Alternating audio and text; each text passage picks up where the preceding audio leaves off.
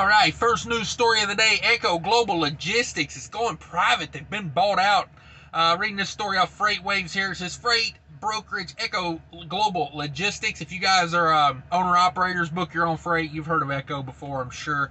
Announced Friday it will be taken private by a middle-market private equity shop, the Jordan Company, in a deal valued at $1.3 billion. The Jordan Company will pay cash for outstanding shares of Echo at a price of $48.25 a share, a 54% premium to Thursday's closing price and 32% higher than the stock's all-time high set in September 2018.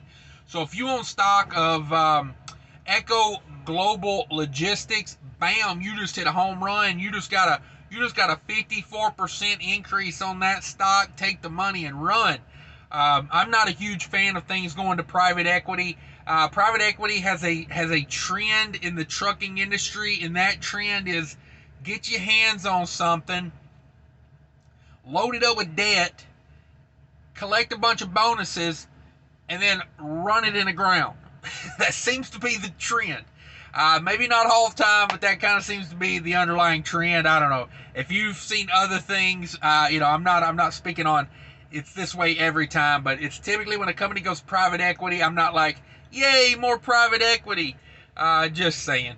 It says over the last 3 months, Echo shares traded in a range of $27 to $33. Bam. So in the past 3 months, you've been between $27 and $33, and they're gonna pay you $48.25. Take the money and run.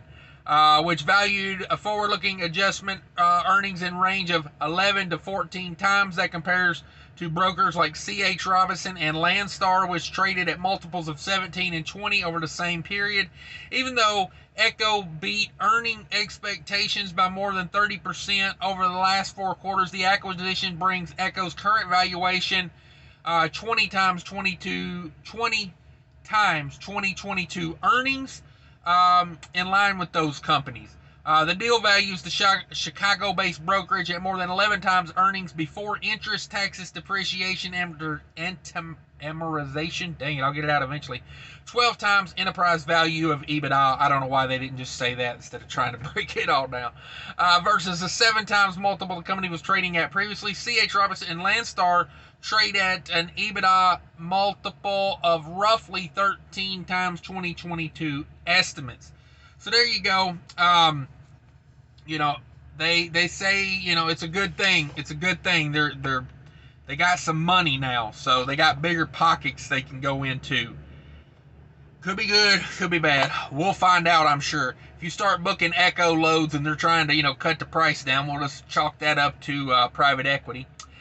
Next story here, transportation capacity dips farther and prices keep surging. August LMI shows unprecedented stretch of supply chain expansion. Transportation capacity remains at a downward trajectory while prices and utilization are increasing at an increasing rate.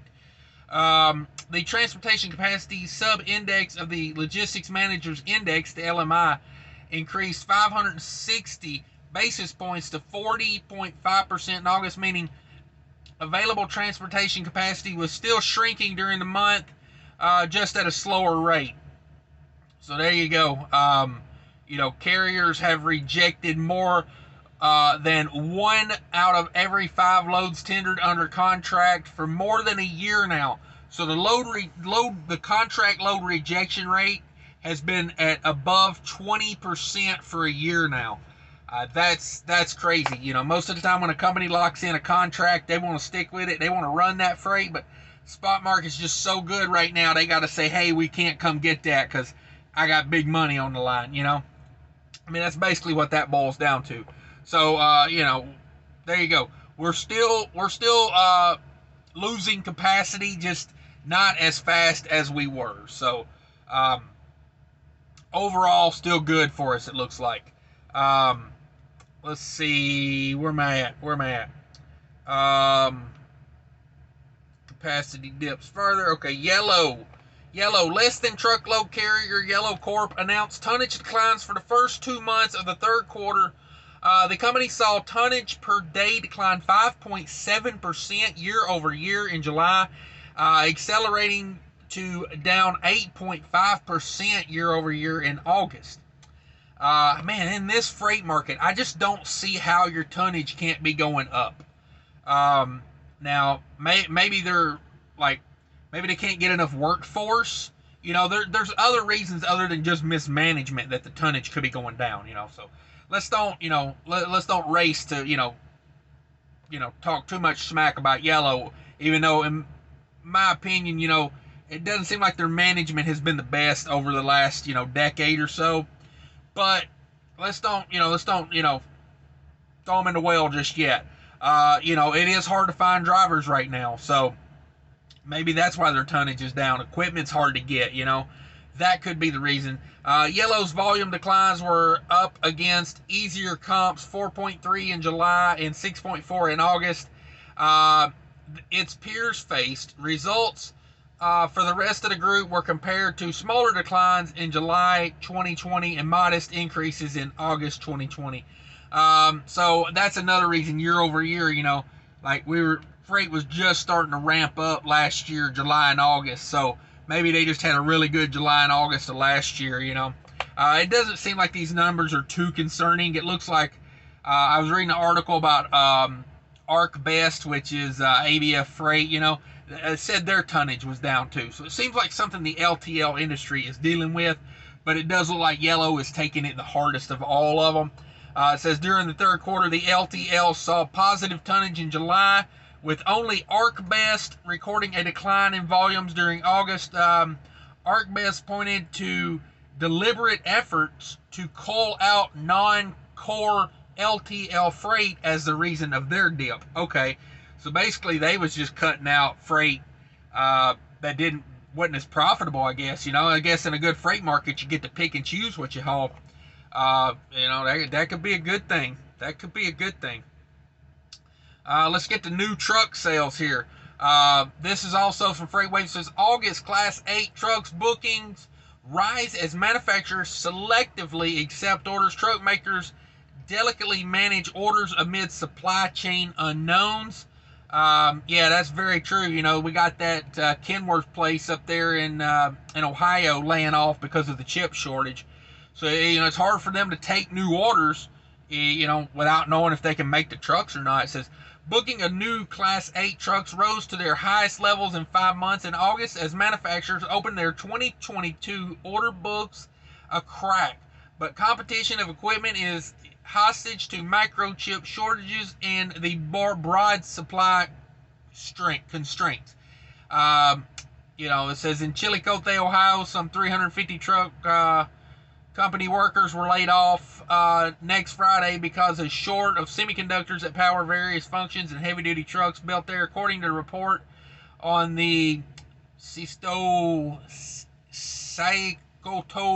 Valley Guardian website. Kenworth spokesman not immediately responding to FreightWaves' request information. The inability to complete assembly of new trucks has led to a so-called red tag, parking unfinished trucks at the plants and elsewhere until parts are available to finish. PACCAR, the parent company of Kenworth, Peterbilt, and European DAF trucks, previously said it had 6,500 red-tagged trucks. Whoo, man, think of what that cost. I mean, if the input cost is $80,000 to $100,000 on the truck, imagine having 6,500 of them sitting around. They are bleeding money on that.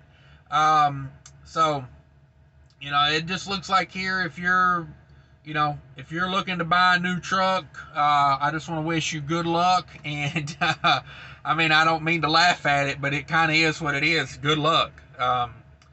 So that's what that is. No truck parking in the new funding bill. Let me get this story pulled up here. I'm reading this out of Landline here. Landline says no truck parking funding in the T&I bill. OINA pushes for an amendment. Congratulations on that. It says a markup hearing of the House's Transportation and Infrastructure Budget Reconciliation Bill is scheduled for Thursday, September 14th. For now, the bill does not include any funding for truck parking. I could have swore they said it was going to be a lot of money. It was like $1 billion or I think it was $3 billion if I'm not mistaken. It says Congress never fails to disappoint when you're a trucker, said Colin Long, OIDA's Director of Government Affairs. Even when they can easily deliver a major bipartisan victory that will address a growing safety issue that affects millions of Americans, they fail us. The Owner-Operators Independent Drivers Association is now working on getting an amendment introduced to the bill that would include funding for truck parking. You know, all this talk of striking over, vaccines and all that. I get that. I'm not, I don't want to get too much into that because that's such an opinion piece. But this truck parking thing, this is something that, I do think it might be worth the time to, write your congressman about this, or, drop a line, to somebody, because this is a real issue, the no truck parking. Certain parts of the country are ridiculous. Let me know in the comments what areas you don't like running because of no parking. I'll tell you right now, one of my big ones is like from Knoxville over into North Carolina through the gorge. That is a dangerous area to run with the mountains and the hills, and you really got nowhere to park through there. So if you're tired, you're kind of done for through there. I mean, it just is what it is. If the weather's bad, you kind of got to keep trucking it. There's just nowhere to park there. So, yeah, I really hope OIDA can step up on that. I'm not currently an OIDA member. I have been in the past. I used to get my truck insurance through them. Maybe I need to look into that again. They do some good, and it's not very expensive. It says OIDA's been working throughout the congressional session to secure funding for truck parking. In March, Representative Mike Bose, Republican of Illinois, introduced the Truck Parking Safety Improvement Act, which would provide $755 million to truck parking capacity over 5 years. The bill has 25 co-sponsors. Man, why can't they get that passed? And I think we should open up some areas for new truck stops as well. Like I bet the major chains, the Loves and the TAs and the Petros and Pilots and Flying J's and the Road Rangers, these guys would build more truck stops if they could find a place to build them. You've got to have infrastructure. I had a buddy ask me the other day, why do they build all the truck stops on one exit? Why not spread them out a little bit? And I said, well, it comes down to, the politics of it, because people don't want a truck stop in their neighborhood. They don't want a truck stop at their exit because it brings in noisy trucks. It brings in slow traffic. We can't just, not too many trucks make it through the red light when it's time to go. When people are trying to get to work in the morning, it bugs the heck out of them because you can't get out of their way fast enough.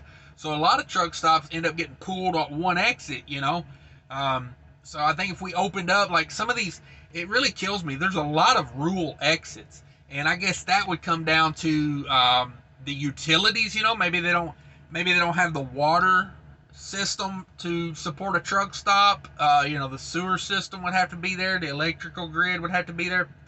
There's a lot to why the truck stops are where they're at. But I do think it's good for these little areas. The only thing I would ask is, if we are going to put 3 truck stops, if we're going to put 3 major truck stops on one exit, can we put red lights at the ramp?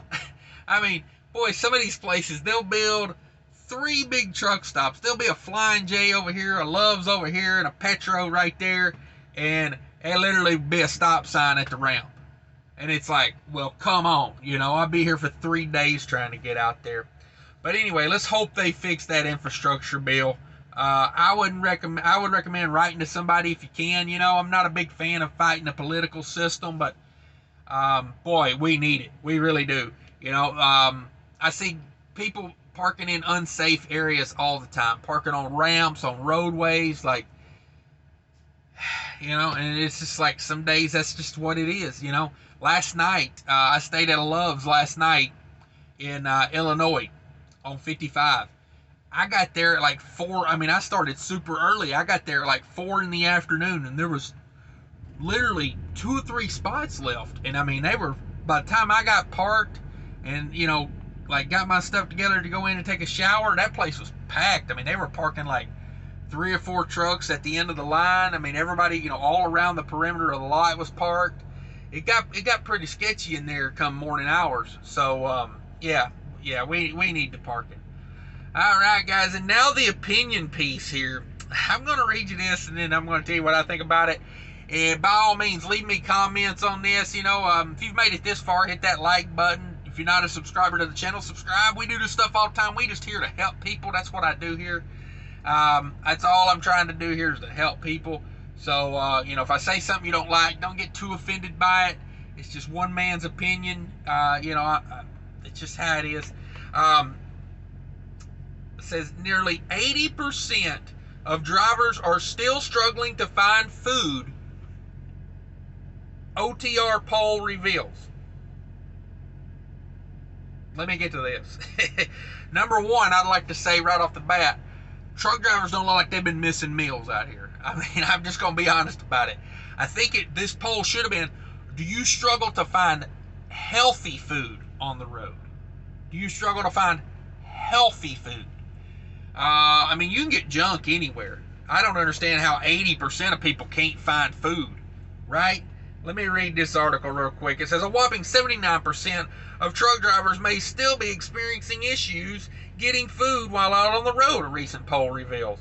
The poll conducted by CDO Life on the CDO Life app asked drivers to share their experience getting food at truck stops recently and revealed 465 responses from truck drivers across the country. Of those 465, a whopping 79% responded yes to the question, are you having a hard time getting dinner because truck stop restaurants are short-staffed and closing early? The remaining 21% said no. In fact, according to the TA Travel Centers of America website, of the 155 TA restaurants locations listed, 41 are still officially closed as results of COVID. That 26% of all TA restaurants that no longer serving the truck drivers of America, these stats do not account for TA restaurant locations that are being closed early due to staffing issues. Now let me tell you, I think a lot of this TA they're talking about in this, TA is shutting down the sit-down restaurants because obviously they make more profit off of Popeye's chicken. Let's face it. They wouldn't be closing down the restaurants, the sit-down restaurants, if they made more money on those. They make more money on the Arby's. They make more money on the freaking Popeye's chicken. You know, they turn them and burn them like that. They don't have to pay the staff, you know, as much, or maybe there's not as much staff. You know, you really don't have to have a chef back there preparing. You know, like you sit down at an Iron Skillet or whatever, Country Pride. You know, you look at the menu, there's probably 50 different things you could order. At Popeyes, there's like 5 things you can order. So, I mean, they just turn them and burn them. You know, I think it's more of an issue of healthy meals than it is meals in general. And I was in a service plaza on I-76 in Pennsylvania. I think it was a Somerset Plaza.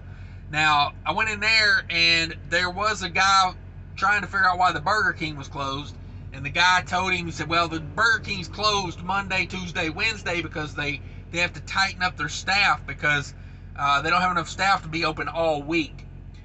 For me, I say, you know, it's probably good for us some of this fast food's not available 24/7. You know, cook in your truck. Check out my other channel, Trucking with Diabetes. I talk about some really interesting, simple, quick meals. You know, I just cooked me some eggs back there before I started this live feed. I'm sitting at a shipper right now trying to get loaded, and, you know, I thought about stopping at Speedway on the way here and getting me some food, and I'm like, that's just garbage. And it's like $5-6 for a sandwich, you know, and I'm not picking on Speedway, you know, Subway, you know, Arby's burger, it's all, you know, unhealthy. And, you know, I just got here for a couple bucks, cook a couple eggs. It's so much cheaper, and I can control what I'm eating that way. So I find it funny 80% are having trouble finding food. Number one, bring your own food. It is super expensive to be eating out on the road. And if you're out for like multiple weeks, it's not that hard to pop into a Walmart I stopped at a Walmart the other day in Oklahoma. I can't remember what the name of the city was. Weatherford, I think. Weatherford. Decent little Walmart to stop at, you know. Bought food there. I didn't have any trouble finding food. I think it comes down a little bit to how hard are you looking and where are you looking, you know. Yeah, I think that's what it comes down to. But anyway, guys, that's the news for the day. Thanks for watching. I do appreciate everybody. Like I said, if you made it this far, give me a thumbs up, please. If you're not a subscriber, think about it. And have a good day. Have a good weekend. Take care of each other. Bye.